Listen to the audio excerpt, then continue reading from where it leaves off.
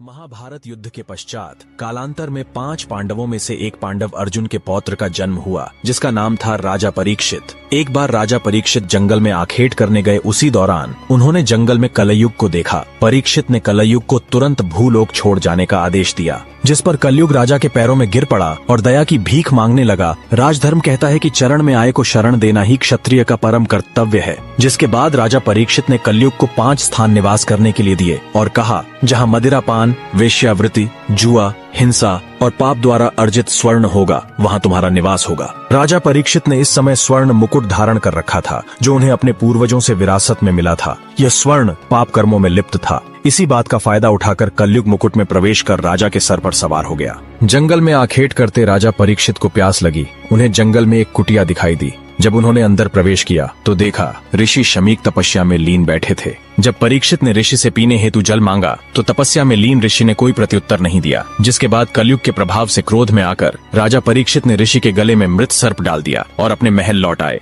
उन्होंने जैसे ही आराम करने के लिए अपना मुकुट उतारा, उन्हें ज्ञात हुआ उनके हाथों से बहुत बड़ा अनर्थ हो गया है। राजा तुरंत घोड़े पर सवार हुए और ऋषि शमीक की कुटिया के समीप आ पहुंचे। लेकिन राजा से ठीक पहले ऋषि शमीक के पुत्र ऋषि श्रृंगी वहां पहुंच चुके थे। जब अनभिज्ञ ऋषिपुत्र श्रृंगी ने देखा कि मेरे पिता के गले में कोई मृत सर्प डालकर चला गया, तो क्रोधित ऋषिपुत्र श्रृंगी ने यह श्राप दे डाला कि जिस किसी ने भी यह कुकृत्य किया है, उसे आज से ठीक 7वें दिन तक्षक नाग डसकर मृत्युलोक पहुंचा देगा। दूर खड़े राजा परीक्षित ने यह सब सुन लिया, जिसके बाद राजा परीक्षित काफी दुखी हुए, क्योंकि कहा जाता है जब किसी की मृत्यु सर्प काटने से होती है, उसकी कभी मुक्ति नहीं होती। इसके समाधान के लिए राज्य के पुरोहितों ने 7 दिनों में श्रीमद् भगवद गीता का पाठ कर राजा परीक्षित को सुनाया। जिसके बाद राजा के सप्ततल प्रासाद महल की सुरक्षा इतनी कड़ी कर दी गई कि कोई परिंदा भी पर न मार सके। लेकिन फिर भी ठीक 7वें दिन तक्षक नाग किसी तरह महल में प्रवेश कर गया और राजा परीक्षित को डस लिया। जब राजा परीक्षित के पुत्र जन्मेजय को यह ज्ञात हुआ कि उसके पिता की मृत्यु तक्षक के डसने से हुई है, तब जन्मेजय के मन में प्रतिशोध की भावना भभक उठी और जन्मेजय ने सांपों का अस्तित्व मिटाने की प्रतिज्ञा ली और सर्प दमन यज्ञ प्रारंभ कर डाला।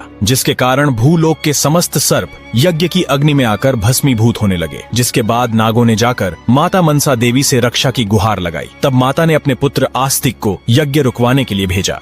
अग्नि में सर्पों की आहुति दी जा रही थी। तब माता मनसा देवी के पुत्र आस्तिक के सत प्रयत्नों से नागों के प्राणों की रक्षा की गई। समय बीतता गया और एक दिन जन्मेजय की भी प्राकृतिक कारणों से मृत्यु हो गई। लेकिन जब जन्मेजय की मृत्यु हुई, तब बदला लेने के लिए नागों ने जन्मेजय की आत्मा को पाताल लोक में बंदी बना लिया। युग बदलते गए और फिर प्रारंभ हुआ कलयुग। इस काल के युग में एक बालक का जन्म हुआ। जब ज्योतिष ने ग्रह नक्षत्रों का आकलन किया तो ज्योतिष भयभीत हो गया और कहा कि इस बालक का जन्म घोर अशुभ नक्षत्रों में हुआ है। ज्योतिष ने बालक के